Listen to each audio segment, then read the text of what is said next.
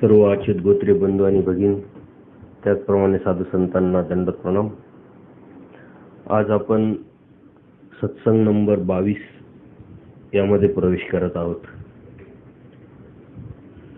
गेली 21 सत्संगामध्ये आपण जीवाच्या संदर्भात चिंतन करत आहोत.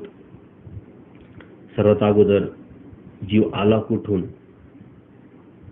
तो कुठं होता आणि त्याला कोणी काढलं, कोणत्या उद्देशाने काढलं, हा विचार करता करताच्या जीवामध्ये कोणकोणते दोष आहेत ते दोष आपण बघितले. आणि त्यानंतर आता आपण जीवाच्या गुणात्मक दृष्टिकोनातून चिंतन करतो आहे. मागच्या वेळी आपण जीवाचं सर्वाधिकारीत्व बघितलं. जीव सर्वाधिकारी आहे हे परमेश्वराने आपल्याला कोवळ्या वाळकाच्या दृष्टांतातून समजावण्याचा प्रयत्न केलेला आहे, समजवलेला आहे. आणि ह्या जीवामधलं जे सर्वाधिकारीत्व आहे हे मात्र आपल्याला समजणं अत्यंत गरजेचं आहे. ते एकदा की आपल्याला कळालं का सर्व अधिकार आपल्याला आहेत, त्यावेळेस या विचाराबरोबरच आपोआपच नकारात्मक जे विचार आहे अनाधिकाराचे, ते आपल्या मनातून निघण्यास उपयोगी ठरतील. आणि म्हणून आपण अत्यंत आत्मविश्वासाने, आशावादाने या धार्मिक किंवा धर्माचं चिंतन आपण केलं पाहिजे.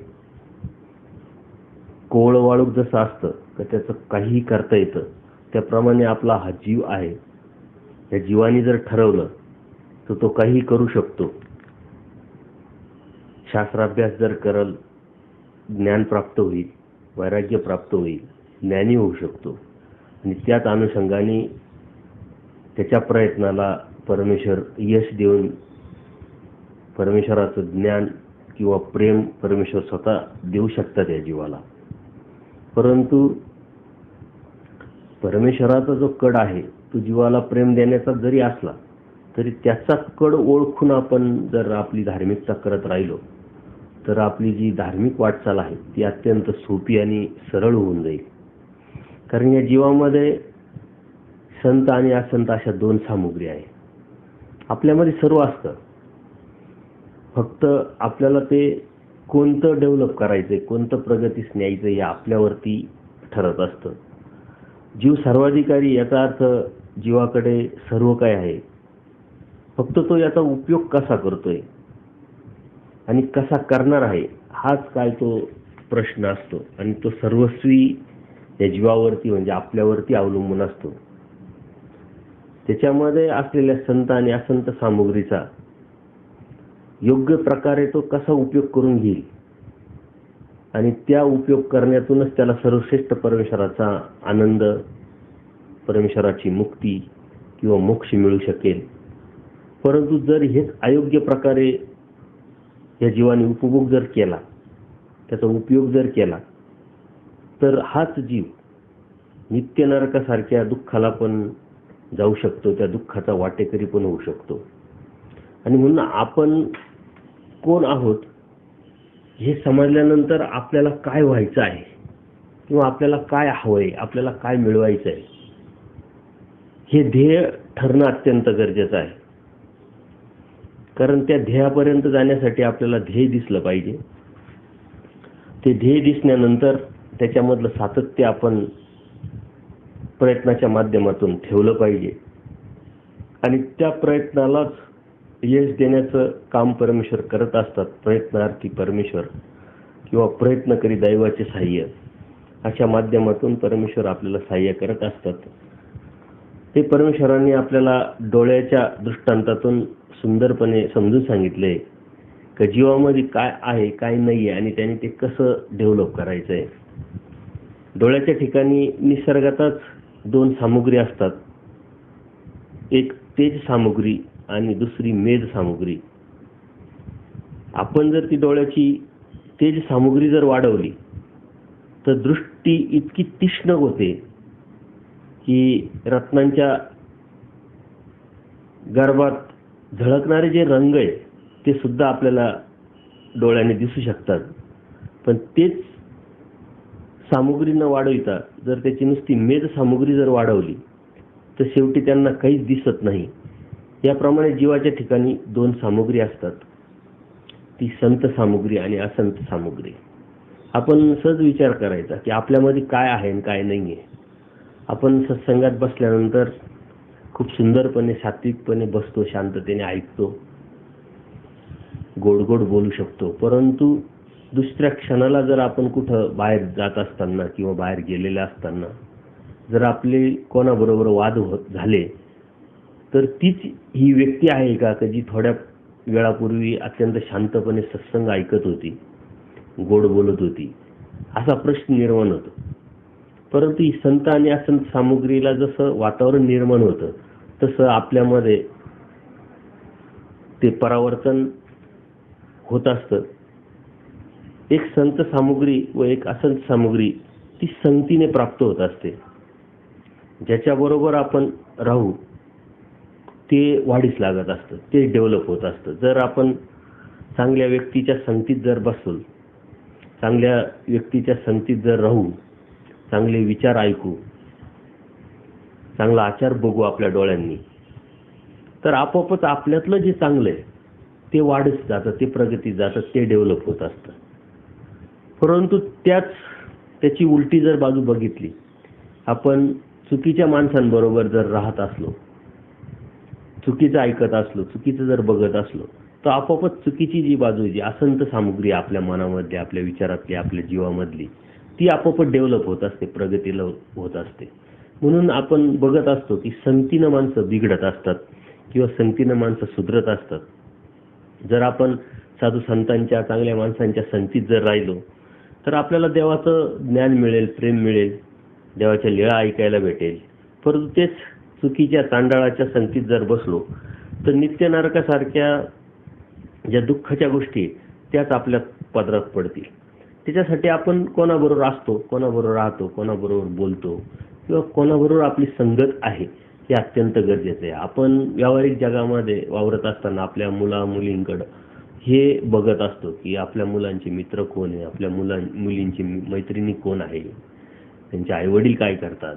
याच्या पाठीमागची आपली काळजीची भावना जरी असली तरी आपण अप्रत्यक्षरित्या हेच चेक करत असतो की आपला मुलगा कुणी चुकीच्या किंवा वाईट संगतीच्या तर संपर्कात आलेला नाहीये, जेणेकरून तो वाईट होईल किंवा त्याला वाईट वळण लागेल. ही जी विचारधारा आहे ही आपल्यामध्ये, आपण जर विचार केला की आपण चांगला आहोत, आपण धर्मातले आहोत, आपल्याकडून कधी चुकीचं काम झालं नाही किंवा चुकीचं होणार नाही, तर मग आपला मुलगा मुलगी कुठे गेला तरी कसं काय चुकीचं होईल. परंतु ही संत आणि असंत सामुग्री प्रत्येकामध्ये असते, ती त्याच्या संपर्कात जाईल, ते डेव्हलप होत राहतं. आणि म्हणून आपल्या मनामध्ये, आपल्या विचारामध्ये काय आहे आणि आपल्याला काय डेव्हलप करायचं हे जर क्लिअर असेल आपल्या विचारामध्ये तर नक्कीच आपल्याला त्यात प्रगती करता येऊ शकते. आणि जीवामध्ये ह्या दोन्ही सामुग्री आहे. खरं म्हणजे राजस, तामस, सात्विक ह्या जे गुण आहे ते प्रत्येक जीवामध्ये असतात.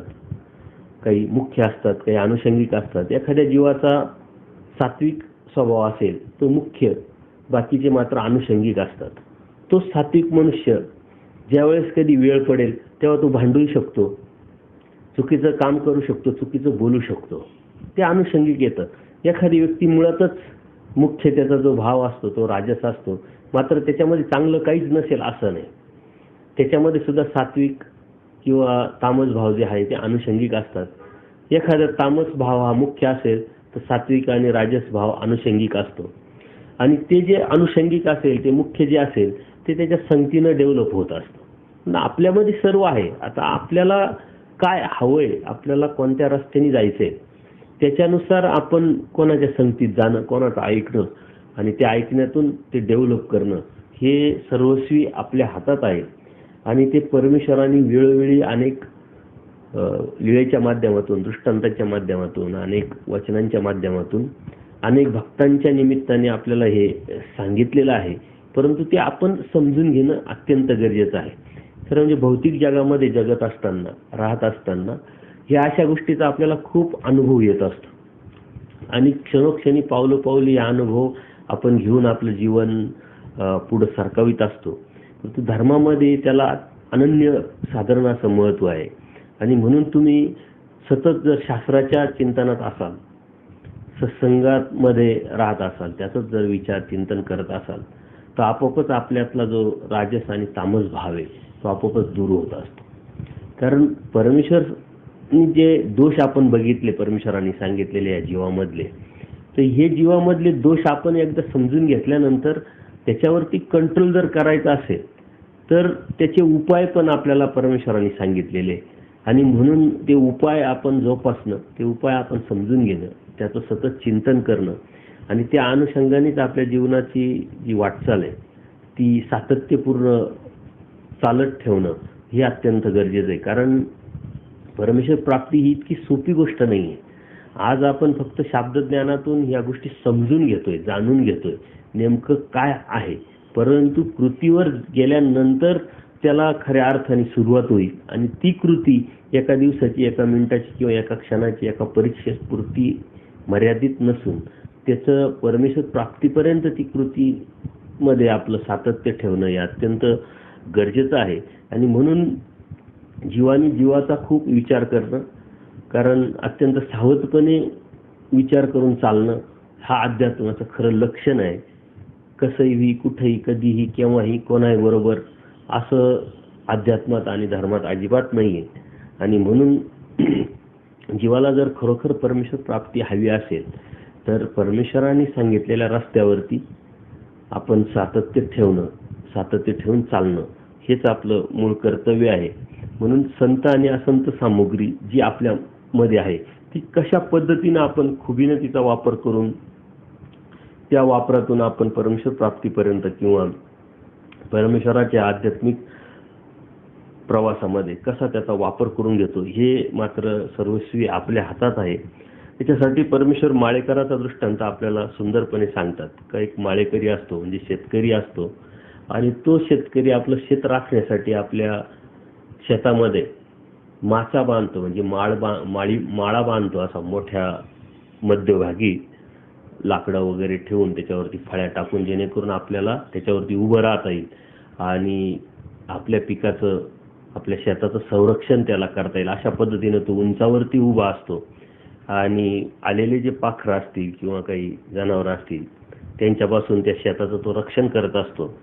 तर तो माथ्यावरती बसलेला जो शेतकरी असतो तो तिथून त्याच्या शेतापासूनच 2 रस्ते त्याच्या गावाकडे जात असतात आणि त्या दोन्ही रस्त्यानी गावापर्यंत जाता येतं. परंतु एक रस्ता हा जंगलातून जात असतो का जिथं हिंस्र स्वापद वगैरे सुद्धा आपल्याला इजा पोचू शकतात किंवा आपला घात करू शकतात. आणि एक रस्ता जो आहे तो लांबचा जरी असला तरी तो सुरक्षितपणे आपल्याला गावात पोचू शकतो. अशा पद्धतीनं असे 2 रस्ते गावामध्ये जात असतात आणि त्याच्या शेतापासून जात असल्यामुळं येणारा जो वाटसरू असतो किंवा जो प्रवासी असतो तो त्या शेतकऱ्याला विचारत असतो की मला गावात जायचंय तर कोणत्या रस्त्याने जाऊ. इथं 2 रस्ते दिसतात, जसं आपण कुठे गेल्यानंतर कोणाला आपला पत्ता विचारतो जिथं जायचं असेल तिथं आणि समजून घेतो आणि मग निर्णय मात्र आपण घेत असतो की आपण कसं जायचं, कोणत्या रस्त्याने जायचं. तर त्याप्रमाणे तो शेतकरी त्या वाटसरूला किंवा प्रवासी लोकांनी विचारल्यानंतर त्याला दोन्ही बाजूची, दोन्ही रस्त्याची माहिती तो व्यवस्थितपणे देत असतो आणि त्यानुसार मग जीव हा मात्र निर्णय घेत असतो कोणत्या रस्त्याने जायचं. तर आपण सुरक्षित रस्त्याने जायचं की जिथं सुरक्षितता नाही आहे, जिथं आपला घात होऊ शकतो अशा रस्त्याने जायचं, हा निर्णय जरी आपला असला तर तो निर्णय आपण कोणता घेतो त्याच्यावरती आपल्या जीवनाचं जे ध्येय किंवा जे आपला प्रवास आहे सुरक्षितपणे होण्यास उपयोगी ठरत असतो. त्याप्रमाणे परमेश्वर या तत्वज्ञानाच्या माध्यमातून सर्व विधी अविधीचं जे ज्ञान आहे आपल्याला या जीवाला परत आपल्या ह्या जीवामध्ये असलेले गुण, जीवामध्ये असलेले दोष किंवा संत आणि असंत सामुग्री हे सर्व प्रकारे परमेश्वर अत्यंत स्वतंत्रतेने आपल्याला सांगून टाकतात आणि सांगितल्यानंतर निर्णय मात्र या जीवानी स्वतः घ्यायचा असतो की आपल्याला परमेश्वराचं ज्ञान हवंय, प्रेम हवंय, परमेश्वराची मुक्ती हवी आहे, का हे दुःखरूप नरक हवंय. परमेश्वराने आपल्याला तर सांगितलेलं आहे, तत्वज्ञान सांगितलंय, कितीतरी साधकांच्या भक्तांच्या माध्यमातून या जीवाला रस्ता दाखवलेला आहे आणि प्रत्येक प्रश्नाचं उत्तर परमेश्वराने दिलेलं आहे. महादाईसा असतील, महिमभट असेल, यांनी अनेक प्रश्न विचारून आपल्या जीवनाचा जो उलगडा करून घेतलेला आहे तो अप्रत्यक्षरित्या आपल्याला तो उलगड्यातून आपल्याला त्याची वाटचाल आपण ठरू शकतो किंवा ती वाटचाल आपल्याला समजते. आणि म्हणून तत्वज्ञानाच्या माध्यमातून आपल्याला परमेश्वराने सर्व जरी सांगितलेलं असलं तरी परमेश्वर या जीवाच्या स्वतंत्रतेला कधीही हात लावत नाही. परमेश्वराने आपल्या या चरित्रामध्ये जर आपण गेलो तर अनेक भक्त असे आहे की परमेश्वर त्यांना सांगतात की येता अनुसरा, परंतु कानाला पकडून त्यांनी जबरदस्ती अनुसरायला कधीही कोणाला लावलं नाही. ते जे प्रश्न विचारत होते ते जीव, त्यांची जशी वासना होती, त्यांची जशी इच्छा होती, तशा पद्धतीनं परमेश्वर त्यांना समजावून सांगत होते. त्या पद्धतीनं त्यांना ते समजावून सांगून स्वतःची ओळख, त्या जीवाला जीवाची ओळख करून देत होते. परंतु निर्णय मात्र हा जीवानी घ्यायचा असतो. आणि म्हणून आपल्यामध्ये संत आणि असंत सामुग्री जी आहे ती आपण कशी कोणती डेव्हलप करायची ह्याचा निर्णय जो आहे तो मात्र सर्वस्वी आपल्यावरती आहे. आणि म्हणून परमेश्वराने सांगितलंय की आद्यंती दैव मध्य पुरुष, म्हणजे दोन्ही बाजूनी परमेश्वर असतात, स्वतः दैव असतं, परंतु मधला जो आहे तो पुरुषाचा कड आहे, पुरुषाचा प्रयत्न आहे किंवा पुरुषाचा निर्णय आहे. कारण बोधदाता परमेश्वर, बोध हा परमेश्वर स्वतः देत असतात जीवाला. आणि बोध दिल्यानंतर हा जीवाचा कड असतो की परमेश्वर प्राप्तीचा जो प्रयत्न किंवा परमेश्वर प्राप्तीसाठी परमेश्वराने सांगितलेली जे विधी अविधीचा निषेध किंवा तत्वज्ञानाच्या माध्यमातून आचार विचाराचं जी वाटचाल आहे ती ही जीवानी करायची असते. अनुसरण, त्या अनुसरणातून परमेश्वराला प्राप्तीच्या परमेश्वराने सांगितलेल्या ज्या गोष्टी आहे, जे आचार आहे तो पाळणं आणि त्यातून परमेश्वर प्राप्त करणं. म्हणजे प्राप्तीला घेऊन जाण्याचा नंतर जो कड असतो तो परमेश्वराचा स्वतः असतो. म्हणजे बोध आणि प्राप्ती ही परमेश्वराची जरी असली, परमेश्वराचा जरी कड असला, त्या जीवासाठी परमेश्वराचं हे सातत्य जरी असलं, परंतु मधला जो कड आहे ते परमेश्वराला अनुसरण्याचा तो मात्र या जीवाचा आहे. जर यदा कदाचित त्या जीवाने त्या जीवाचा कड नाही पूर्ण केला तर शेवटचा जो कड आहे प्राप्तीला नेण्याचा त्याचा प्रश्नच उद्भवत नाही. म्हणजे 10वीला आपण गेलो परंतु आपण अभ्यास केला नाही, परीक्षेलाच बसलो नाही तर पास नापासचा आणि 11वीला जाण्याचा प्रश्नच निर्माण होत नाही. अशा पद्धतीनं परमेश्वराने आपल्याला या जीवाला सर्व काही सांगून आपल्या स्वतंत्रतेला परमेश्वराने पूर्णपणे वाटचाल करून दिलेली आहे. आणि त्या स्वतंत्रतेने आपण ठरवायचं आहे की आपल्याला परमेश्वर कोणत्या पद्धतीनं कसा हवा की नाही हवा. आणि म्हणून संत आणि असंत सामुग्रीचा आपण कसा आपल्यामध्ये उपयोग करून घेतो, कारण प्रत्येकामध्ये हे आहे आणि याच्यामध्ये बरेच लोकांचे गैरसमज असतात. मी सहजच 4 दिवसापूर्वी एका डॉक्टरांना भेटायला गेलो तर डॉक्टर थोडेसे आध्यात्मिक विचाराचे, कारण आयुर्वेदिक डॉक्टर असल्यामुळे आध्यात्मिक विचाराचे होते. जाताना मी त्यांना भगवद्गीता प्रेझेंट देण्यासाठी गेलो आणि सहजच विचार केला. तर मी त्यांना सांगितलं की मी प्युअर व्हेजिटेरियन आहे, मी नॉनव्हेज खात नाही. तर ते म्हटले आम्ही खातो कधी कधी. तर मी सहज उत्सुकता म्हणून त्यांना प्रश्न केला की डॉक्टर साहेब, तुम्ही सायन्समधले विद्यार्थी किंवा डॉक्टर आहात, तुम्हाला या गोष्टी सर्व माहीत आहे की नॉनव्हेज हे खाल्ल्यानंतर 72 तास पचायला लागतं, त्यामुळं कोलेस्टेरॉल वाढतात, अनेक आजाराचं आमंत्रण या नॉनव्हेजमधून भेटत असतं. त्याच्यामध्ये प्रोटीन्स आणि प्रथिने फक्त 11% असतात, तर जे आपल्याला जे नैसर्गिकरित्या फळातून 60 ते 65% आपल्याला ते भेटू शकतात. तरीही तुम्ही नॉनव्हेज का खातात? तर त्यांनी सहजच विचार केला की माणसाने खूप सात्विक असणं चुकीचं आहे या जगामध्ये. आणि जर आपण सात्विक असेल तर आपण फसवल्या जाण्याची दाट शक्यता असते. खरं म्हणजे कोणीतरी त्यांना या विषयावरती कन्फ्यूज केलं आणि मग मी त्यांना सांगितलं की याची काही गरज नाही. जर तुमच्यामध्ये तुम्हाला वाटतंय की मला कोणीतरी पकडल, कोणीतरी मारेल किंवा कोणीतरी मला फसू शकतं, म्हणून माझ्यामध्ये थोडेसे वाईट पण गुण असायला पाहिजे आणि म्हणून मग मी खातोय, तर हे कारणच अत्यंत चुकीचं आहे. कारण जीवामध्ये तामस, राजस आणि सात्विक हे तिन्ही गुण असतात. फक्त कोणाचे काही मुख्य असतात, काही अनुषंगिक असतात. त्याच्यासाठी खाण्याची काही गरज नाही आणि खाण्यातून ते भाव डेव्हलप होतात हा अत्यंत गैरसमज आहे. ही त्यांच्याशी जेव्हा मी चर्चा केली तेव्हा त्यांच्या पण लक्षात आलं आणि मग त्यांना सांगितलं की भगवद्गीता वाचा, याच्यावरती खूप सुंदर विवेचन परमेश्वरांनी केलेलं आहे. म्हणजे असे काही गैरसमज जीवामध्ये असतात आणि त्यातून सुद्धा माणूस कितीतरी चुकीच्या वर्तनाला किंवा चुकीच्या आचाराला जाऊ शकतो आणि त्यातून कितीतरी मोठं दुःख तो पदरात पाडून घेत असतो. म्हणून यथार्थ ज्ञान जीवाला असणं हे अत्यंत गरजेचं आहे. एखाद्या गोष्टीचं ज्ञान जर आपल्याला नसेल किंवा आपल्याला माहिती नसेल तर ती गोष्ट न करणं हे कधीही उत्तम आणि कधीही चांगलं. कारण माहीत नसताना करायला जाणं हा खूप मोठा धोका आपण पत्करत असतो.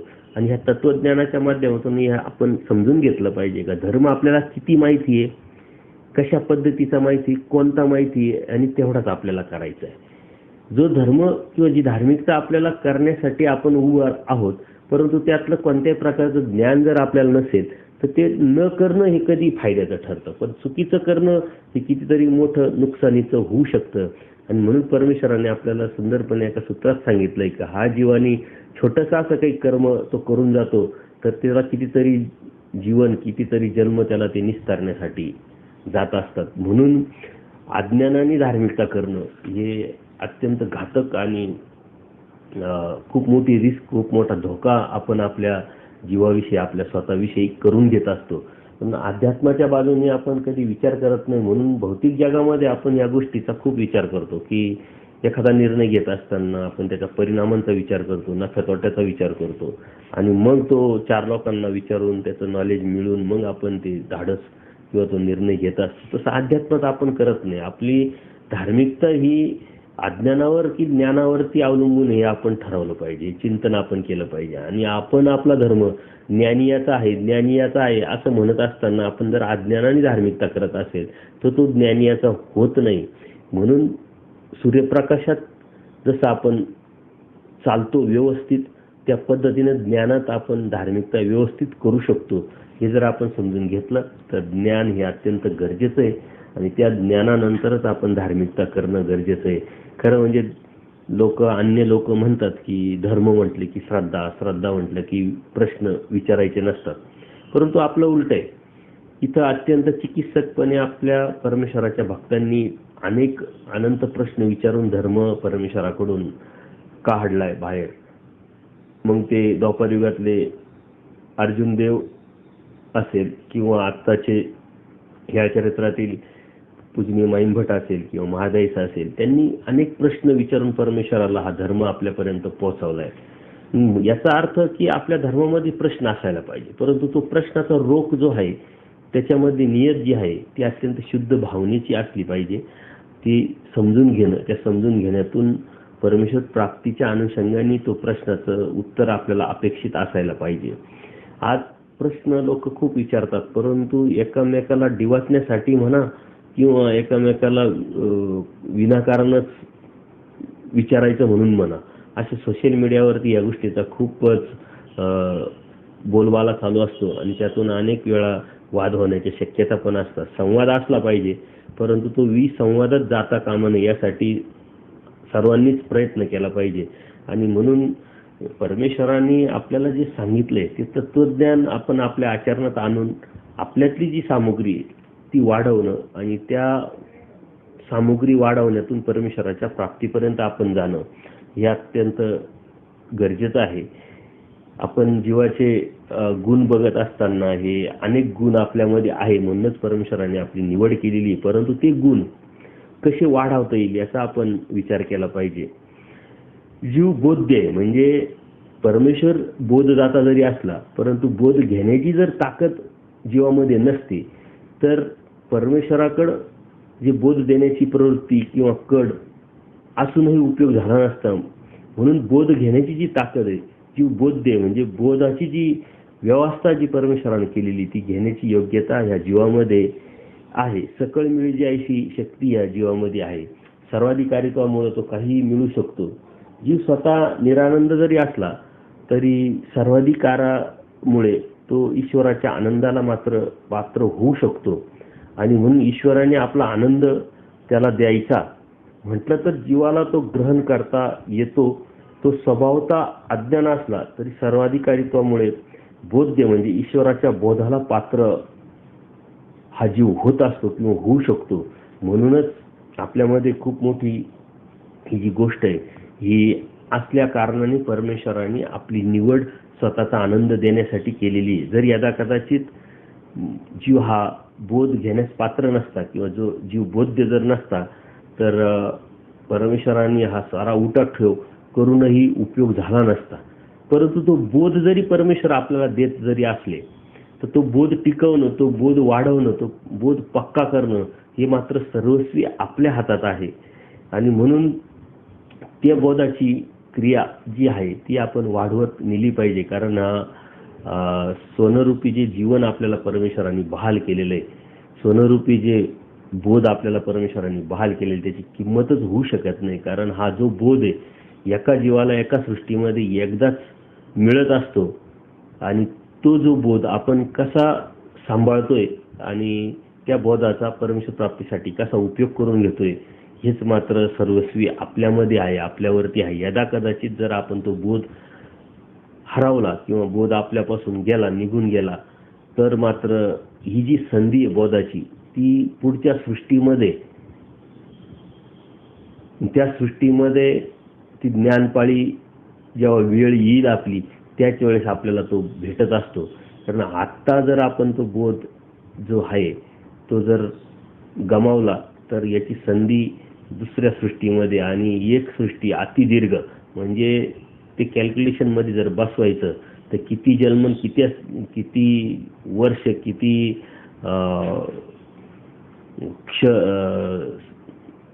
कितीतरी वेळ याचा आपण सांगू शकत नाही. आणि म्हणून आत्ता जे आपल्याला भेटलंय ते कधी भेटेल याची विचार न करता जे भेटलंय त्याचा आपण कसा उपयोग करून घ्यायला पाहिजे. आणि हा जो बोध आहे हा बोध म्हणजे प्रत्यक्ष परमेश्वराचा अप्रत्यक्षरित्या आपल्याला स्पर्श आहे, आपला संबंध आहे. आणि तो संबंध मात्र आपण कसा टिकवतो त्याच्यावरती ही परमेश्वराची प्राप्ती ठरत असते. आणि म्हणून बोधदाता परमेश्वर जरी असला तरी जीव हा बोध घेण्यास योग्य पात्रतेचा असल्या कारणाने ती संधी आपल्याला प्राप्त झालेली आहे. आणि म्हणून बोधदाता परमेश्वर आहे मात्र अक्षरदाता जीव आहे. हे तत्वज्ञान समजून घेणं, हे जाणून घेणं आणि त्याच्यावरती चालणं हे मात्र सर्वस्वी आपल्या हातात आहे. आणि हे चालणं सर्वस्वी जरी आपल्या हातात असलं तर ते कशावर अवलंबून आहे, आपल्या आजूबाजूच्या वातावरणावरती या साऱ्या गोष्टी अवलंबून असतात. जीव जैसा संगी ठेविजे तैसा ठाके म्हणजे जीवाला ज्याच्या सानिध्यात आपण ठेवतो त्याच्यासारखाच तो होऊ शकतो. विचार मालिकेतलं 39वे सूत्र आहे, जीव जैसा संगी ठेविजे तैसा ठाके. ज्याप्रमाणे पाणी ज्या भांड्यात टाकाल त्या भांड्याचा आकार तो पाणी घेत असतो. जे पाणी आहे आपण ग्लासात टाकलं तर ते ग्लासासारखं, तांब्यात टाकलं तर तांब्यासारखं किंवा मोठ्या एखाद्या वेगळ्या भांड्यात जर टाकलं तर तसं ते पाणी आकार घेत असतं. भांड्याचा जसा आकार तसा त्या पाण्याचा आकार. तसा हा जो जीव आहे त्याप्रमाणे जीव स्वरूपच्या कर्मफळात ओतले जाईल त्याचा आकार हे स्वीकारत असतं. त्याप्रमाणेच जीव लौकिक व्यवहारात देखील ज्या व्यक्तीच्या सानिध्यात जीव राहतो त्याच्यासारखा त्याचा स्वभाव बनत असतो, त्याची विचारधारा बनत असते, त्याची कृती होत असते आणि त्या कृतीवरती मग त्याला मिळणारं फळ, सुख आणि दुःख हे प्राप्त होत असतं. म्हणून आपण कोणाच्या बरोबर राहायचं हे अत्यंत महत्त्वाचं आहे. संगत आपण कोणाची करायची हे अत्यंत महत्त्वाचं आहे. आणि हे कर्मफळाच्या अनुषंगाने आपल्याला जरी परमेश्वराने सांगितले तर भौतिक जगामध्ये आपण या गोष्टीचा खूप चांगला वापर किंवा खूप चांगला विचार आपण करत असतो. संपूर्ण जीवस्वरूप एखाद्या मुंगीच्या किंवा कोणत्याही पशुच्या म्हणजे हत्तीच्या जरी माणसाच्या शरीरात ओतले तसेच ते होत इतके ते लवचिक आहे. म्हणजे जीव मात्र जो आहे तो सारखाच आहे. आपल्यातला काय, हत्तीचा काय किंवा मुंगीचा काय. आता आयुर्मानादृष्ट्यात जर घेतलं तरी त्याच्यामध्ये खूप आकारमानामध्ये खूप मोठा फरक आपल्याला दिसत असतो. परंतु त्या जीवाचं हे लवचिकत्व जे आहे ते अनन्यसाधारण म्हणजे आश्चर्यजनक आहे. तर ज्या कर्मफळात हा जीव जात असतो तसा त्याचा आकार तो घेऊन वावरत असतो, कर्म करत असतो. आणि आपलं जे जीवन आहे, भोग असतील, दुःख असेल, सुख असेल ते भोगत असतो. आणि हे परमेश्वरांनी आपल्याला वेळोवेळी अनेक लीळेच्या माध्यमातून सांगितलेलं आहे. एकदा असंच अज्ञात लीळा आहे. एकदा असंच महादाईचा बाईचा परमेश्वराला प्रश्न विचारतात की जीव जो आहे या जीवाच्या संदर्भात असलेला प्रश्न त्यांनी विचारला आणि याच्यावरती परमेश्वराला प्रकाश टाकायला लावलेला आहे. तर जीव स्वरूपाचे जे कथन आहे परमेश्वर त्यावेळेस करतात ते एक वेळ बाईचा देवाला विचारतात की बाबा हा जीव केवळ जरी असला तरी पुण्य पाप का लिंपे, म्हणजे जर केवळ आहे शुद्ध आहे तर पुण्य आणि पापाने तो का लिंपित होतो, का त्याच्यामध्ये पुण्य आणि पाप होत असतं. तर परमेश्वर त्यांना सांगतात बाई जीव जैसा संगी ठेवीचे तैसा ठाके म्हणून लिंपे. तर अशा पद्धतीनं आपल्या मनामध्ये आपलं जीवाचं जे मूळ स्वरूप आहे आपण केवळ जे बघितलं, जीव जरी केवळ असला तरी तो कोणाच्या संगतीनं कुठं जातो आणि कोणतं कर्म करतो त्याच्यानुसार त्याच्यामध्ये पाप पुण्याची निष्पत्ती होत असते, सुखदुःखाची निष्पत्ती होत असते आणि त्याच्यानुसारच हा जीव त्याचा जीवन प्रवास जो आहे तो काढत असतो, करत असतो. परंतु हे करत असताना जीव हा एकदिशी आहे आणि हा एकदिशी जीव जो आहे त्या जीवाचा धर्म आहे एकदिशी. कारण एका वेळेस हा जीव एकाच ठिकाणी एकाच वेळी एकाच कर्मफळात राहून उपभोग तो घेत असतो, घेऊ शकतो. म्हणून आपण ह्या मिनिटाला या क्षणाला एखाद्या ठिकाणी जर असेल तर त्याच मिनिटाला त्या क्षणाला दुसऱ्या ठिकाणी आपण राहू शकत नाही. मग या जीवन जगत असताना किंवा आपला सुखदुःखाचा भोग भोगत असताना आपण मात्र एकाच कर्मफळात राहू शकतो. हा जीव एकदिशी असल्या कारणाने आणि तो जीवाचा धर्म आहे. सर्वाधिकारीमुळे जीवाचे वैशिष्ट्य सामर्थ्य समजले तरी जीवाचे स्वरूप मात्र मर्यादेला एकदिशीपणाची मर्यादा आहे. सर्वाधिकारामुळं जीवाचं जे वैशिष्ट्य आहे ते तो काही करू शकतो, काही मिळू शकतो हे जरी आपल्याला समजलं, त्याच्यामधलं सामर्थ्य जरी आपल्याला कळालं, मात्र त्याला मर्यादा आहे एकदिशीपणाची. जीव एकदिशी असल्यामुळे एका वेळी एकाच ठिकाणी राहतो, अनेक ठिकाणी तो राहू शकत नाही. याच्या उलट देवतेचं आहे ते आपण देवतेच्या ठिकाणी गेल्यानंतर आपल्या लक्षात येईल. जीव एकदिशी आहे तर देवता हो जाणे उरो जाणे अनेक ठिकाणी ते अशा पद्धतीनं कार्य करत असतात किंवा करू शकतात. परंतु जीवाच्या अनुषंगाने जर घेतलं तर जीव हा एकदिशी असतो एकाच ठिकाणी आणि एकाच वेळी तो राहू शकतो. मात्र एकाच वेळी अनेक ठिकाणी तो राहू शकत नाही, ही त्याचा मर्यादा आहे जीवाची.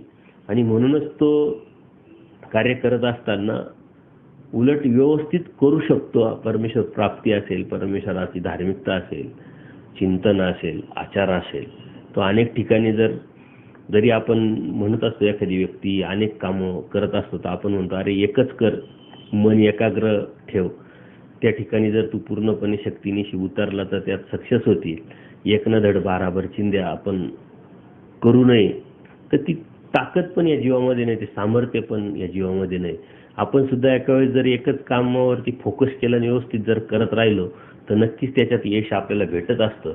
आणि तो जीवाचा एकदिशीपणाची जी मर्यादा आहे त्यातूनच ते प्राप्त होत असतं. परंतु आपण ह्या गोष्टी समजून घेतल्या पाहिजे. आणि म्हणून धार्मिकता जरी करत असताना आपण सुद्धा ही गोष्ट समजून ज्या ठिकाणी जे आहे ते करण्याचा विचार केला पाहिजे आणि त्याचाच विचार करून त्यातून आपल्याला कसा फायदा करून घेता येईल हे आपण विचार केला तरच आपल्याला त्याचा होऊ शकतं. किंवा आपण स्थान करायला निघालो, लीळाचरित्राच्या ज्ञानाचा विचार करतो, लीळाचरित्र वाचत असताना कुठल्या तरी वेगळ्याच विधीचा विचार करतो. तर असं न करता ज्या ठिकाणी आपण आहे त्या विधीचा विचार करून ज्ञानयुक्त आपण ती समजून घेऊन ती जर केली तर त्यातून आपल्याला नक्कीच लाभ होईल. कारण जीव हा एकाच वेळेस एकाच ठिकाणी राहतो आणि एका वेळेस एकच कार्य करू शकतो हे आपल्याला समजल्यामुळं आपण जिथं आहे तिथं एकाग्र असलं पाहिजे. आपण व्यवसायात असतो, काम करत असतो किंवा आणखीन कुठं जात असतो आणि तिथं वेगवेगळे विचार जर केले तर आपण तिथंही राहत नाही, तेही आपल्याला समजत नाही आणि ज्याचा विचार करतो ते बी आपल्याला कळत नाही. याचा आपल्याला कितीतरी वेळा अनुभव येत असतो. आपण जेवण करत असताना जर टी व्ही लावली तर ती टी व्ही जर एकाग्रपणे बघत असलं तर त्या जीवनाचा आस्वाद आपल्याला घेता येत नाही.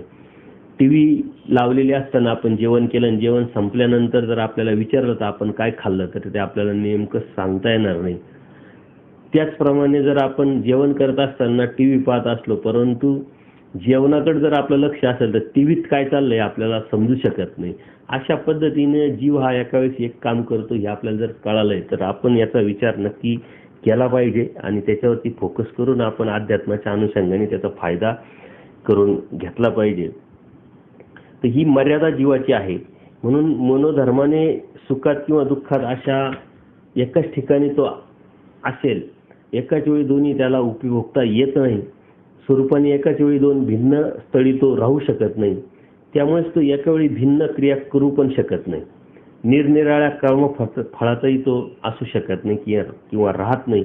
म्हणून जीव हा एकादी जो आहे त्या एकादीचा त्याला मर्यादा आहे. आणि विचाराच्या 46व्या सूत्रामध्ये परमेश्वरांनी हे स्पष्ट सांगितले, जीव जे होय तेची होय. म्हणजे जीव जित आहे जो ते करू शकतो तोच ते करू शकतो. कारण त्याला जीव हा जो एकादी आहे त्या एकादीपणाची त्याला मर्यादा असल्या कारणाने तो एका वेळेस साऱ्या गोष्टी करू शकत नाही. आणि हे जर आपण समजून घेतलं तर आपण विनाकारणच अनेक ठिकाणी काम करण्याचा किंवा अनेक गोष्टी समजून घेण्याचा प्रयत्न करणार नाही. एकाच वेळेस जर आपल्याला एकच गोष्ट कळू शकते आणि आपल्या जीवामध्ये तेवढीच जर ताकद आहे हे जर आपल्याला कळालं तर आपोआपच आपण त्या गोष्टीकडं लक्ष देऊ शकतो. आणि याच्यासाठी परमेश्वरांनी आपल्याला एक सूत्र पण सांगितलंय, बिडारावर काय बिडार असेल. म्हणजे एका वेळेस जर एखादं कुटुंब एखाद्या घरात राहत असेल तर दुसरं कुटुंब त्या घरात येऊन राहू शकत नाही. म्हणजे एका वेळेस एक गोष्ट करणं आणि होणं हा जीवाचा गुणधर्म आहे. आणि म्हणून आपल्या मनामध्ये एखाद्या गोष्टीचं जर गैरसमज असेल किंवा अज्ञान असेल, अन्यथा ज्ञान असेल आणि कोणीतरी आपल्याला जर समजावून सांगण्याचा प्रयत्न करत असेल तर ते आपल्या डोक्यात घुसणारच नाही. कारण तो अगोदरच आपल्या मनामध्ये एक भ्रम किंवा एक न्यूनगंड तयार झालेला असतो. आणि म्हणून आपण ते मनात ठेवून जर ऐकत राहिलो तर काही उपयोग नाही. आपल्या मनात त्याच्या शंका असतील, प्रश्न असतील, ते आपल्या साधू संतांना किंवा जो यथार्थपणे आपल्याला सांगू शकतो की कोणती व्यक्ती असेल तर त्या व्यक्तीकडून समजून घेणं आणि त्या समजून घेऊन तो गैरसमज जो आपला मनातला जो न्यूनगंड आहे अन्यथा ज्ञान ते पहिले बाहेर काढणं आणि त्याच्यानंतरच आपण धार्मिकतेला लागणं हे आपलं प्रथम कर्तव्य आहे.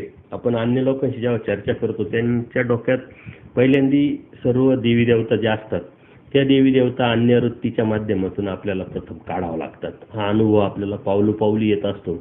त्याच्या डोक्यामधलं जे सर्व काही एकच आहे हे आपल्याला पहिले हत्तीच्या दृष्टांतातून काढावं लागेल आणि तेव्हा मग आपलं तत्वज्ञान, परमेश्वराचं तत्वज्ञान त्याच्या डोक्यात जाऊ शकतं.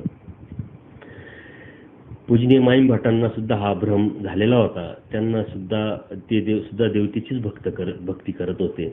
त्या देवतेलाच परमेश्वर समजत होते. परत कर्म निष्पत्तीच त्यांनी जे सांगितलं, कर्मावरती त्यांची दृढ निष्ठा होती किंवा इच्छा होती आणि त्या कर्मातूनच परमेश्वर प्राप्त होईल अशी भावना किंवा असं अन्यथा ज्ञान त्यांच्यामध्ये होतं. परंतु परमेश्वरांनी ते त्यांचं सर्व फेडलं आणि त्यावेळेस मात्र त्यांच्या डोक्यात तत्वज्ञान घुसून त्यांना ते समजलं आणि त्याच वेळेस परमेश्वर बोध या जीवाला देऊ शकतात किंवा परमेश्वराचा जो बोध या जीवाला होऊ शकतो. तर अशा पद्धतीनं परमेश्वराने आपल्याला अनेक लीळेच्या माध्यमातून सूत्र आणि तत्वज्ञानाच्या माध्यमातून या गोष्टी समजून सांगितलेल्या आहेत. जीव अव्यक्त आहे, भावरूप आहे, निराकार आहे, हे परमेश्वराने सांगितलेल्या जीवाच्या संदर्भातले गुण आहे. हे गुण आपण शेवटच्या चरणामध्ये आपण आज प्रवेश करत आहोत. जवळजवळ जीवाच्या गुणाच्या माध्यमातून हा जो जीव पदार्थ आहे आपण आज या सत्संगाच्या माध्यमातून हा शेवटचा सत्संग जीवावर होईल. यानंतर फक्त चिंतन आपण या माध्यमातून करणार आहोत. तर अव्यक्तीचा जीव हा निराकार जरी असला तरी त्याची स्वरूप मर्यादा मात्र 100 ब्रह्मांडा इतकी असते म्हटले. म्हणजे जीव अव्यक्त सांगितलेला आहे आणि अव्यक्त जरी जीव असला, तो निराकार जरी असला तरी त्याची स्वरूप मर्यादा जी आहे म्हटली ती 100 ब्रह्मांडा इतकी असते. आता एक ब्रह्मांड आपण जर बघितलं, विश्वाची जी मूर्ती आहे ती व्यक्त मूर्तीच्या अनुषंगाने 56 कोटी ब्रह्मांड आपण जे म्हणतो त्याला गुणिले जर 100 ब्रह्मांड केले तर ते बरोबर 5600 काहीतरी किलोमीटर होतं. आणि त्या अनुषंगाने जर आपण घेतलं तर ही जी कर्मभूमी किंवा विश्वाची जी मूर्ती आहे त्या अनुषंगाने जर आपण घेतलं तर एवढं मोठं ह्या जीवाचा व्याप स्वरूप मर्यादेच्या माध्यमातून असतो. परंतु एवढा मोठा व्याप जरी असला तरी किडामुंगी सारख्या सूक्ष्म जीवजंतूच्या शरीरात सुद्धा ते 100 ब्रह्मांडा इतकी विशाल असं जीवस्वरूप जे आहे ते सामावलेलं असतं. हे जीवामध्ये अद्भुत असे संकोचण्याचे व प्रसवण्याची मर्यादा आश्चर्यजनक असते, कारण ती लवचिकता त्याच्यामध्ये असते. आणि ही लवचिकता कशामुळे निर्माण होते? ज्यावेळेस मायाच्या तमिभागातून हा जीव बाहेर पडतो आणि या देवतेच्या मळाधाराने, म्हणजे मळ आपण जे स्वीकारतो, देवता जे आपल्याला ते मळ लावतात त्या अनुषंगाने 10,000% त्या जीवाचं अंकुचन पावत असतं. आणि त्या अनुषंगाने तो खाली येत असताना त्याचं जे कर्मफळात जाण्याचं जे अंकुचन जे आहे पावणं ते ठरत असतं. 100 ब्रह्मांडा इतकं या जीवाची स्वरूप मर्यादा आहे. आणि असे अनंत जीव, एका जीवाची 100 ब्रह्मांडा इतकं स्वरूप मर्यादा, असे अनंत जीव मायाच्या तमिभागात आहे. म्हणजे तो मायाचा तमिभाग किती मोठा असेल आणि त्या तमिभागा व्यतिरिक्त ती माया किती मोठी असेल आणि त्या मायेच्या पलीकडे जो असलेला परमेश्वर आहे ती तो सर्व व्यापक परमेश्वर किती मोठा असेल याचा विचार करणं सुद्धा आपल्या आवाकाच्या, आपल्या विचाराच्या बाहेर आहे. पण जरी आपल्या आवाक्याच्या आणि आपल्या विचाराच्या जरी बाहेर असलं तरी परमेश्वराने मात्र आपली निवड स्वतःचा आनंद देण्यासाठी, स्वतःची ओळख, स्वतःचा बोध देण्यासाठी केलेली असल्या कारणाने हा अयोग्य जीवाला परमेश्वर योग्य करून प्राप्तीला घेऊन जात असतात. आणि हे आनंद जीव आनंद गुण आपल्यामध्ये असल्यामुळं आपल्याला या परमेश्वराची प्राप्ती होऊ शकते. ती प्राप्ती मात्र करणं हा आपला प्रयत्न, आपल्या प्रयत्नातून परमेश्वर प्राप्तीच्या अनुषंगाची जी जाणीव आहे त्या जाणीवेतून आपली क्रिया आणि या क्रिया वाढवत नेऊन त्याच्यातलं सातत्यच आपल्याला या परमेश्वरापर्यंत घेऊन जाऊ शकतं. देवतेच्या योजनेप्रमाणे या जीवास देवतेचा मळ चिकटला जातो. 500 योजनापासून ते 500 कोटी योजनापर्यंत अशा प्रकारे जीवस्वरूप साहजिकपणे 100 ब्रह्मांडा इतकं ठरतं. ते कॅल्क्युलेशनमध्ये जर तुम्ही केलं तर तुमच्या लक्षात येईल. मळ रचनेच्या वेळी थोवे परत्वे जीवाचे स्वरूप 1 म्हणजे 10% संकुचित असतं, म्हणून ते 100 ब्रह्मांडा इतकं ठरते. मायेच्या तमिभागात पडलेले जीव स्वरूप असे अनंत जीव मूळ सृष्टीपूर्वी आपापल्या मर्यादेने तमोविभागात सुखदुःख विरहित निश्चित पडलेले होते. ज्याप्रमाणे असंख्य जलचर प्राणी निमग्न झालेले असतात त्याप्रमाणे अनंत ब्रह्मांडात घातले जाणारे जीव तमो मायेच्या स्वरूपात हरपून गेलेले होते. त्यावेळी ते एकमेकापासून दूर होते, ते व्यापून नव्हते.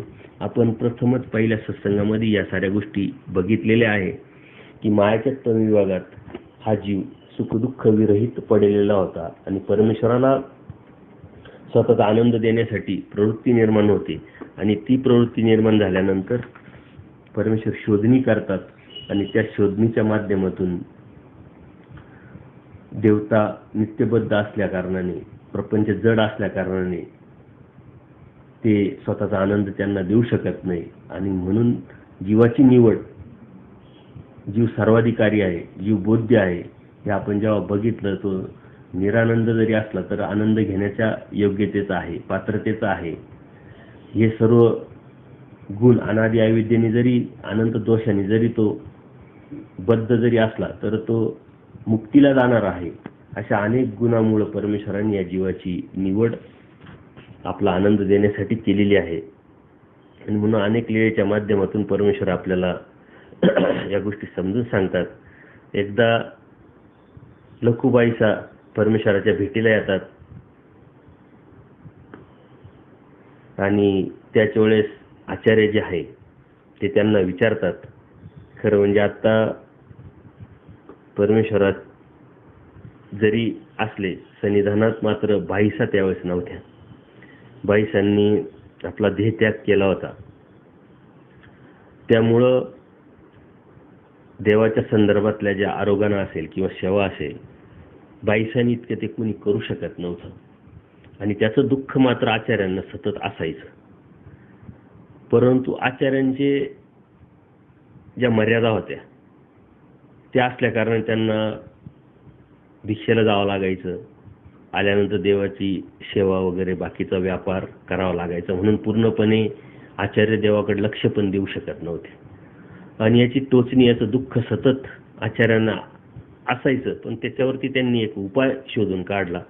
तर ते लखुबाईसाला विनंती करतात की देवाच्या आरोग्याला उशीर होत आहे, औसा तरी करिता नाही, म्हणजे औसांना ते करता येत नाही, आणि जरी केलं तरी ते व्यवस्थित करत नाही. तर तुम्ही हे सर्व उपहाराचं देवाचं जे आहे ते तुम्ही स्वतः या आणि करा, तुमच्याकडून चांगलं होईल. आणि हे होत असताना तुम्हाला परमेश्वराच्या सेवेचा परमलाभ पण होईल असं समजावतात. परंतु पूर्वी लखुबाईसांचं आचार्यांचं थोडंसं काही कशावरून तरी जीवसमूहाच्या अनुषंगाने वाद झालेले होते, भांडण झालेलं होतं, म्हणून त्यांनी कोणत्या प्रकारचं उत्तर नाही दिलं. परंतु पुन्हा पुन्हा आचार्यांनी त्यांना प्रार्थना केल्यानंतर ते सांगतात की नागद्या तू जा, माझ्याच्याने जेवढं होईल तेवढं मी करील, आणि बाईसांसारखं माझ्याकडून होणं पण शक्य नाही, त्याच्यामुळे ती अपेक्षा पण करू नको. त्यामुळं आचार्यांना त्याचं खूप दुःख होतं. ते देवाकडे आल्यानंतर देव स्वतः त्यांना विचारतात की तुम्ही का दुःख करता. तर आचार्यांना सांगतात की काय करू मी. ते अत्यंत दुःखाने सांगतात की मला याची सर्व जाणीव आहे, गोसाव्यांच्या आरोग्याला उशीर होतोय, जी आरोग्याला झाली ती पण व्यवस्थित होत नाही, मी सेवा व्यवस्थित करू शकत नाही, त्यामुळे त्याचं मला खूप दुःख आहे. तर देव त्यांना समजावण्याच्या स्वरात सांगतात की वानऱ्या, जीव एक देशी आहे म्हणे, तू तरी काय काय करशील, कुठं कुठं जाशील, तुम्हाला देवतेसारखं थोडंच आहे म्हणे. तर ते देवता कुठंही जिथंही आहे इथंही आहे असं करता येईल. जीव जे व्हावे तेची होय, देवता हो जाणे उरो जाणे म्हणे. जीव हा एका वेळेस एकच काम करू शकतो, मात्र देवतेचं तसं नाहीये. आणि त्यावरून समजावण्याच्या सुरात देव त्यांना चेलियाचा दृष्टांत सांगतात म्हणे. कवणी एक निजेला असे, तो तयासी तहान लागली असे, तो सागळ खुंटीयेसी देखे परी घेवेना, का पा जाड्डे दाटला असे म्हणून. म्हणजे एक व्यक्ती असतो, ती झोपलेली असते, पण त्याला तहान लागल्यानंतर खुंटीला टांगलेलं जे पाणी आहे ते सुद्धा त्याला घेवत नाही. स्वतःला त्यालाच तहान लागली, त्यालाच त्याचा फायदा आहे, तरी तो घेवत नाही आळसापोटी. तर का त्याला जाड्डे आलंय म्हणे. अशा पद्धतीनं हा जीव असतो, त्याला सर्व कळतं पण वळत नाही. माझाच फायदा आहे, भक्ती केल्याने, ज्ञान मिळवल्याने, आचार केल्याने, परमेश्वराची धार्मिकता केल्याने, ही जी गोष्ट ही काही परमेश्वराच्या फायद्याची नाही आहे, परमेश्वराच्या हिताची नाही, जीवाच्या हिताची. परंतु जीवाला स्वतःचं हित समजत नाही, आणि समजत जरी असलं तरी वळत नाही. हे सर्वात मोठं आश्चर्य या जीवाच्या संदर्भात परमेश्वर सांगतात. आणि मग देव त्यांना सांगतात, भक्ती ही एवढी सोपी नाही म्हणे. भक्ती जैसी रामाची लक्ष्मणे केली म्हणे. तर त्या लक्ष्मणाच्या भक्तीची वाहवा किंवा गौरवोद्गार परमेश्वर सांगतात. आणि भक्ती कशी करावी, कोणाची कसावी, कोणी कशी केली, त्याच्यावरती परमेश्वर आचार्यांना समजावतात. भक्ती प्रार्थून किंवा अत्यंत नम्रपणे करायची असते, हे समजावल्यानंतर आचार्यांना अधिक दुःख होतं. आणि ह्या दुःखामध्येच ज्या वेळेस लखुबाईसा येतात, तर त्यांना ते परत विचारतात, तर लखुबाईसा आल्या का, तुम्ही गोसाव्यांची आरोगणा झाली का, तुम्ही तयारी करा. तर लखुबाईसा म्हणतात, हो नागद्या झाली आहे म्हणे.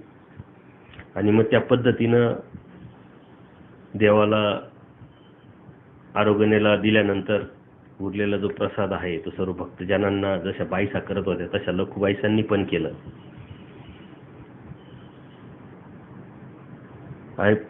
असं केल्यानंतर सुद्धा भटांना अधिकाधिक दुःख झालं, आचार्यांना अधिकाधिक दुःख झालं. आणि त्यावेळेस देव सर्वज्ञ त्यांनी ते ओळखला आणि त्यावेळेस ते म्हणतात, वानऱ्या का दुःख करीत असा, तुम्ही का दुःख करता आता? तर आचार्य सांगतात, जी जी आपुली उणीव देखोनी तथा प्रसाद देखोनी पूर्वी आठवले जी. ही जे तुमच्या ठिकाणी आम्ही जे करतोय आज, त्याच्यामध्ये कितीतरी उणीवा आमच्याकडून राहत आहे. आणि पूर्वीचं म्हणजे बाईसा जसं करत होते ते मला आठवलं म्हणे. तर देव म्हणतात, कसं काय आठवलं, काय आठवलं सांगा म्हणे. मग आचार्य त्यांना सांगतात, हाच प्रसाद बाईसा जर करत होत्या तर तो अत्यंत गोड लागत होता, बरवा लागत होता, चांगला लागत होता आणि ते रुचक पण होतं म्हणे आम्हाला. प्रसाद पाहून बाईसांचं जे आहे ती करणं, ती भक्ती किंवा ती सेवा ही मला आठवली म्हणे. मग देव सांगतात, बाईसांच्या निमित्ताने तुम्ही अप्राप्ती करीत असाल. भटी म्हटले, जी जी ते सांडून गेले, आता काही करीन. ते आता सोडून गेले, आता काय करणार मी, असं दुःख खूप करायला लागले. आणि मग देव आपल्याला खूप सुंदर असं सूत्र तिथं आचार्यांच्या निमित्तातून सांगतात, का अप्राप्ती निमित्त के दुःखी कर्माच्या राशी नसते. आचार्य जसं दुःख करत होते तसं दुःख आपण जर केलं तर त्या दुःखाने कर्माच्या अनंत राशी म्हटले, राशी म्हणजे डोंगर, नाचतात. पण अप्राप्तीचं दुःख प्राप्त होण्यासाठी या जीवाला आपल्याला काय प्राप्त करायचं आणि त्या प्राप्तीतून आपल्याला काय फायदा होणार आहे हे समजणं पहिले अत्यंत गरजेचं आहे. आपण धार्मिकता करतोय पण का करायची आणि कशासाठी करायची? आपण धार्मिकता करतोय, आपल्याला काय मिळवायचंय, त्या मिळण्यातून काय फायदा होणार आहे? आपला धर्म आपण समजून घेतोय तर तो कशासाठी समजून घेतोय हे जर आपल्याला कळत नसेल तर त्या अप्राप्तीचं दुःख आपल्या मनामध्ये कधीही येऊ शकत नाही. ती जाणीव जर आपल्या बुद्धीला टच झाली, आपल्या हृदयाला टच झाली, तर आपल्याला दुःख होत आहे की आपल्यासाठी देवाने काय केलं नाही. देवाने सृष्टी निर्मिती केली, देव स्वतः अवतार घेतात, अवतार घेऊन वाडोवाडी फिरतात. त्यावेळेस काही पावसाळे नसतील, उन्हाळे नसतील, हिवाळे नसतील. आज आपण जगत असताना थोडासा पाऊस आला, थोडासा ऊन जास्त लागलं किंवा थोडीशी थंडी आपल्याला जास्त लागली तर आपण कितीतरी गोष्टीचा, कितीतरी साधनांचा आपण वापर करून घेत असतो. आणि देवाने एका शब्दात आपल्याला एका सूत्रात सांगितलंय का सुखाने देव मिळत नाही, पण तरी त्या सुखाच्या पाठीमागे आपण धावत असतो. त्याच वेळेस जर आपण असा विचार जर केला, ती सालबर्डीला 12 वर्ष देव राहिले, तिथं पावसाळा असेल, ऊन असेल, थंडी असेल, देव कसे राहिले असतील. भिक्षेला एक पात्री भिक्षा देव करत होते, भिक्षाला जायचे, भिक्षेत काय भेटत असेल. परमेश्वर अनंत ब्रह्मांडांचा नायक आहे, सर्व शक्तिमान जरी परमेश्वर असेल, सकळही देवता ह्या शक्तीमध्ये परमेश्वराच्या मोडात जरी असल्या तरी पण परमेश्वर अवतार जेव्हा घेतात, पृथ्वी तलावर येतात, तेव्हा जीवासारखे होऊन येतात. जीवधर्म, देहधर्म स्वीकारल्यामुळं परमेश्वराला सुद्धा ह्या गोष्टीचा त्रास होत असेल. म्हणूनच देवामध्ये कधी उदासीनता भाव, प्रसन्न भाव येत होता आणि हा सर्व जीवाच्या हिताचा होता. परंतु ह्या जीवामध्ये अप्राप्ती भावण्यासाठी किंवा अप्राप्तीचं दुःख येण्यासाठी या धर्माच्या तत्वज्ञानाचा त्याने पूर्णपणे अभ्यास केल्यानंतर आणि त्या अभ्यासातून त्याला ते यथार्थपणे त्याच्या बुद्धीवरती ते उमटल्यानंतरच, त्याची जाणीव झाल्यानंतरच ती होऊ शकतं. नाहीतर आपण परमेश्वराला दंडोत घालतो, प्रसव मोडतो, प्रार्थना करतो, पण आपल्या मनामध्ये दुःख नाही, ते गुळगुळीतपणा झालेला आहे. दररोजचं सकाळी उठणं, आंघोळ केल्यानंतर देवपूजा करणं, ती देवपूजा केल्यानंतर दंडोत घालणं, परत आपापले कामं करणं, संध्याकाळचं परत तसंच. ते गुळगुळीतपणा हा या जीवाच्या नाशाला किंवा दुःखाला कारण होत असतो. त्याच्यामध्ये पोळ असली पाहिजे, त्याच्यामध्ये दुःख असलं पाहिजे. आणि ते दुःख आणि ती पोळ ही ज्ञानाच्या, यथार्थ ज्ञानाच्या माध्यमातूनच मिळत असते. आणि ती जर मिळाली तरच हा जीव परमेश्वराचा अप्राप्तीचं दुःख करू शकतो. अनंत जन्म गेले, अनंत सृष्ट्या गेल्या, आणि तरी आज क्षणोक्षणी पावलो पावले मी परमेश्वरा जे तू सांगितले ते करू शकत नाही, त्याच्यावरती विषय व्यवस्था करतो. एका प्रश्नाला आपण 50 उत्तरं आपल्याकडं विषय व्यवस्थेचे असतात. परमेश्वराने येऊवा नाही, पर्याय नाही, परमेश्वराला सांगून सुद्धा आपण अनंत पर्याय आपण काढत असतो. हे सर्व आपलं अज्ञान आहे, अन्यथा ज्ञान आहे. आणि म्हणून धर्म हा खूप मोठा समुद्र आहे आणि त्या समुद्रातून पूर्णपणे तो समजून घेणं हे जरी आपल्याकडे अशक्य जरी असलं तरी मात्र परमेश्वराची जी कड आहे, परमेश्वराचा जो उद्देश आहे, परमेश्वराचं जे ध्येय आहे सृष्टी निर्मितीचं किंवा आपल्याला बोध देण्याचं, हे जर या जीवाने जर समजून घेतलं तर अत्यंत सोपं ही जी धार्मिकतेचा जो प्रवास आहे तो आपल्याला करता येऊ शकतो आणि परमेश्वराच्या प्राप्तीला आपण जाऊ शकतो. खरं म्हणजे आजच्या या संघामध्ये आपण जीव हा पदार्थ शब्दरूपाने तोडका मोडका जेवढी गरजेचा आहे प्राथमिक पद्धतीचा समजून घेण्याचा प्रयत्न केलेला आहे. खरं म्हणजे माझी योग्यता नसताना, पात्रता नसताना सुद्धा मी जीव हा पदार्थ समजून सांगण्याचा तुम्हाला प्रयत्न केला. परंतु ती एक परमेश्वराची कृपा आणि तुमचं शुभचिंतन या माध्यमातूनच हे माझ्याकडून होऊ शकलं किंवा मी करू शकलो हे आपण समजून घ्यावं. आणि याच्यामधलं जे चांगलं आहे ते सर्व समाजाचं देणं आहे, ते सर्व काही परमेश्वराचं माझ्याकडे देणं आहे. आणि जे वाईट आहे, जे चुकीचं आहे, कळत न कळत माझ्याकडून काही सांगण्यामध्ये किंवा बोलण्यामध्ये चुकीचं होऊन गेलं असेल, बोलल्या असेल, ते मात्र माझं स्वतःचं आहे असं समजून ते मला परत करून आपण त्याच्यावरती जास्त विचार किंवा जास्त चिंतन न करणं ही विनंती माझी तुमच्यासाठी असेल. परंतु जीव हा पदार्थ पुन्हा पुन्हा समजून घेणं, परत परत त्याचं चिंतन करणं, जीवाच्या दोषामधलं चिंतन करून त्याच्यामध्ये बदल घडून ते कसं गुणामध्ये आपल्याला परावर्तित करता येईल हे बघणं, जे गुण परमेश्वराने आपल्याला सांगितले आपल्यामधले ते कसे वाढीस नेणं, त्याची परिपक्वता वाढवणं हे मात्र परमेश्वराने आपल्याकडून अपेक्षिलेलं आहे. जीवामधला बदल हा जीवच करू शकतो आणि हा जीवाचा बदल परमेश्वराला अपेक्षित असल्या कारणाने आपल्याला तो मात्र बदल करणं अत्यंत गरजेचं आहे. आणि त्या बदलाच्या पाठीमागं बदलत जाऊन मात्र परमेश्वरापर्यंत आपण जाऊ शकतो हे परमेश्वराने आपल्याला अत्यंत सुंदर अशा तत्वज्ञानातून सांगितलेलं आहे. ते आपण जर समजून घेतलं तर हा जीव पदार्थ खूप सोपा होऊन जाईल.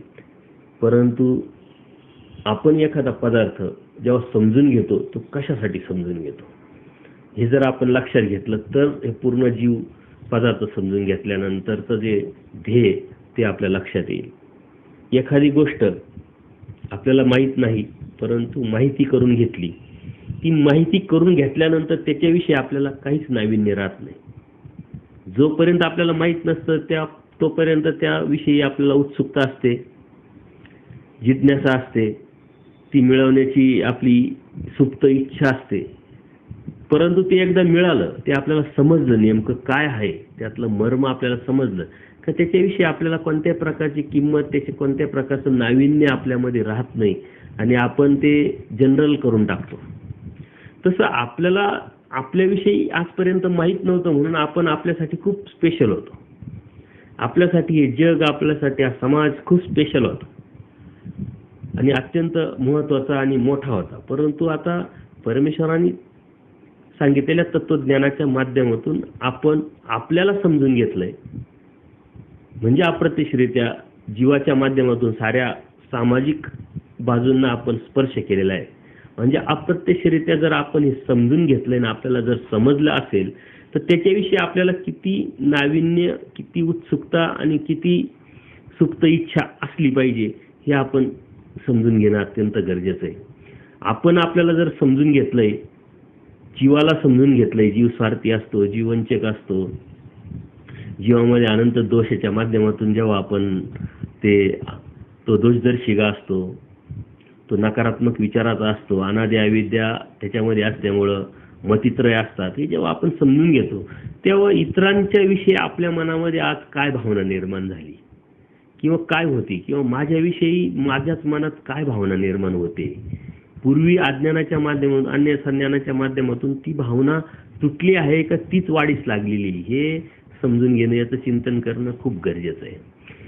म्हणजे आपण जीव समजून घ्यायचा आणि आपल्याच प्रेमात आपण जास्त पडायचं, म्हणजे समजून घेतला नाही तो उलट अज्ञानातून आपण ते त्याच्यामधलं ते काढायला पाहिजे, खुंटायला पाहिजे, जे आपले विचारधारा ज्या होत्या त्या न जर काढता त्या जर वाढीस गेल्या तर तो जीव आपण समजून घेतला असं होत नाही ना. आपण जर जीव समजून घेतलाय तर जीवापासून आपण तुटलं पाहिजे, आपल्यासाठी ते स्पेशल राहिलं नाही पाहिजे.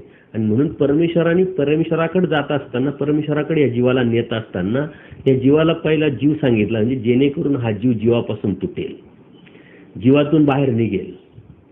जेव्हा तो बाहेर निघेल तेव्हा मग तो देवता समजून घेईल. देवता समजून घेण्याचा उद्देश तोच आहे की ह्या देवतेपासून तो तुटेल, बाहेर निघेल. प्रपंच सांगण्याचा उद्देश परमेश्वराचा तोच आहे की हा प्रपंच तो बघेल, समजेल, जाणेल. ज्ञानाच्या माध्यमातून जर समजून घेतल्यानंतर तो त्यापासून तुटेल आणि बाहेर पडेल, आणि मग परमेश्वराच्या भक्तीला लागेल किंवा परमेश्वराच्या ठिकाणी तो पूर्णपणे लागू शकतो. परंतु असं न होता जीवानी जीव ओळखायचा आणि जीवाच्याच प्रेमात जर पडत असेल तर परमेश्वराचा हा जो उद्देश आहे तो सफल होऊ शकत नाही. म्हणून जीवानी जीव का समजून घेतलाय हे आपण समजून घेणं अत्यंत गरजेचं आहे. आपण आपल्यातून बाहेर पडण्यासाठी, आपण या समाजाच्या ज्या काही गोष्टी असतात अज्ञानाच्या माध्यमातून निर्माण झालेल्या, त्यातून बाहेर पडण्यासाठी आपण जीव हा पदार्थ समजून घेतलाय. हे जर आपण लक्षात घेतलं आणि त्या संदर्भातल्या तक्रारी, त्या संदर्भातला दोषदर्शिकापणा, त्या संदर्भातला दोषरूपीपणा जो आपल्या मनामधला जो आहे तो जर आपण बाहेर काढला आणि गुणांमध्ये परावर्तन केला तरच हा जीव पदार्थ आपल्याला समजला किंवा आपण समजून घेतला. परमेश्वराने आपल्याला समजावलाय, तो जसा आहे तसा आपल्याला कळाला, हे आपण काही टक्के म्हणू शकतो. अन्यथा आपल्याला जर आपण जीव असताना जीव हा पदार्थ समजला नाही आणि न समजता आपण धार्मिकता करत राहिलो तर आपण मात्र या धार्मिकतेमध्ये कधीही कोणत्या प्रकारची प्रगती करू शकत नाही, त्या प्रवासामध्ये आपण पुढं जाऊ शकत नाही. आणि म्हणून या जीवाने आता पहिले जीव समजून घेऊन या जीवापासून तुटणं, या जीवामधून निघणं आणि परमेश्वराच्या भक्तीच्या या प्रवासातला एक टप्पा आपण पार करतोय आणि त्या टप्प्यात परत कधीही न जाण्यासाठी पार करतोय याचा विचार करून या ध्येयाकडे आपण एक पाऊल पुढे टाकलेलं आहे असं समजून पुढं जाण्यासाठी उत्सुकता आणि चिकित्सा निर्माण करून त्याच्यामध्ये प्रयत्न केला पाहिजे. हेच आजच्या या सत्संगाचं फलित आपण समजू शकतो. तर आज या सत्संगाच्या माध्यमातून 21व्या सत्संगाच्या माध्यमातून आपण हा जीव पदार्थ जसा आहे तसा समजून घेतलाय, त्याचं ध्येय, त्याचं चिंतन करून आपण आपलं ठरवा. आपला जो प्रवास आहे तो पुढं जात राहू. पुढच्या सत्संगामध्ये ह्याच जो सत्संग आपण ऐकलाय आत्तापर्यंत त्या संदर्भातली एक प्रश्नपत्रिका मी निर्माण केलेली आहे. पूर्वी मी सत्संग जेव्हा घ्यायचं, एक टप्पा आपण पार केल्यानंतर त्याच्यावरती एक परीक्षा मी घ्यायची. ती प्रश्नपत्रिका बऱ्याच लोकांपर्यंत पोहोचलेल्या असतील, परंतु पुढच्या वेळेस ती प्रश्नपत्रिका मी तुम्हाला वाचून दाखवणार आहे. ती तुम्ही एखाद्या कागदावरती लिहून ती सोडवण्याचा नक्की प्रयत्न करू शकतात आणि त्यातून जीव हा पदार्थ किती कळाला आपल्याला शब्द ज्ञानानुसार किंवा शब्दा प्रमाणानुसार हे आपल्याला समजेल. कारण आपल्याला आपण समजणं अत्यंत गरजेचं आहे. त्याच्यासाठी हा सारा हट्टास आपला चाललाय, त्याच्यासाठीच परमेश्वराचाही प्रयत्न चाललेला आहे. त्या प्रयत्नाला आपण किती प्रतिसाद देतोय त्याच्यानुसार या अध्यात्माची प्रगती आपली ठरत असते. तर आजच्या सत्संगाच्या माध्यमातून आपण हा जीव पदार्थ थांबू. त्यानंतर आपण देवता वर्गाकडे जाणार आहोत आणि तो देवता वर्ग सुद्धा समजून घेण्यासाठी आपल्याला अत्यंत उत्सुकता आणि चिकित्सा पूर्ण परमेश्वराने आपल्याला हे तत्वज्ञान समजून सांगितलेलं आहे. खरं म्हणजे जीवाची योग्यता, पात्रता आणि अधिकार जरी सर्वाधिकार सांगितला तर ती योग्यता बघूनच परमेश्वराने तत्वज्ञान सांगितलेलं आहे. जेवढं गरजेचं आहे परमेश्वराच्या प्राप्तीसाठी, जेवढं शिदुरी रूपात आपल्याला उपयोगी पडणार आहे तेवढंच परमेश्वराने हे तत्वज्ञान आपल्याला सांगितलं असल्यामुळं हे तत्वज्ञान खूप कमी जरी असलं तरी आपल्यासाठी ते मात्र खूप मोठं आहे आणि तेवढंच समजून घेऊन त्याच्यावरतीच वाटचाल करत राहणं ही आपल्या अध्यात्माची प्रगती ठरू शकते. परमेश्वराच्या प्राप्तीसाठी आपल्याला हा प्रवासाला ही शिदोरी कायमस्वरूपी आपल्याबरोबर आपण ठेवू हाच निश्चय करून आपण हा जीव पदार्थ आज आपण इथं थांबवतोय. दंडोत प्रणाम. या जीवाच्या संदर्भात जर कोणाला अधिक स्पष्टीकरण किंवा काही प्रश्न विचारायचे असतील तर नक्कीच कळवा. धन्यवाद. दंडोत प्रणाम.